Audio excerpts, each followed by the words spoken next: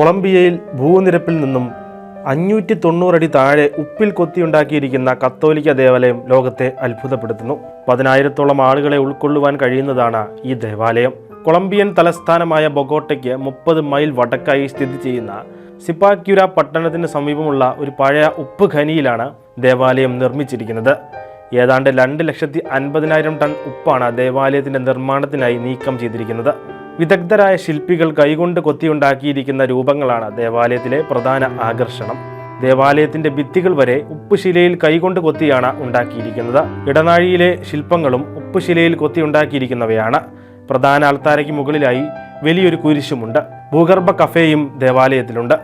മരം കൊണ്ടുള്ള ഇരിപ്പിടങ്ങളും വൈദ്യുതാലങ്കാരങ്ങളും ദേവാലയത്തെ കൂടുതൽ മനോഹരമാക്കുന്നു.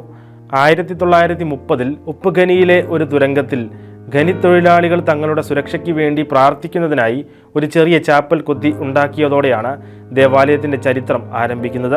പിന്നീട് ഒരു വലിയ കത്തീഡ്രൽ ഉണ്ടാക്കിയെങ്കിലും സുരക്ഷിതമല്ല എന്ന കാരണത്താൽ 1992-ൽ അധികാരികൾ അത് അടച്ചുപൂട്ടി.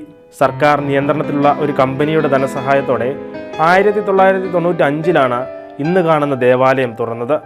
ദിവസവും നിരവധി സഞ്ചാരികളാണ് ഇവിടെ എത്തുന്നത്.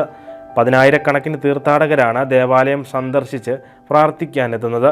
കൊളംബിയൻ നിർമ്മാണ കലയുടെ സുപ്രധാന നേട്ടങ്ങളിലൊന്നും പൈതൃക സ്വത്തുമാണ് ഈ ഉപ്പ് ദേവാലയം.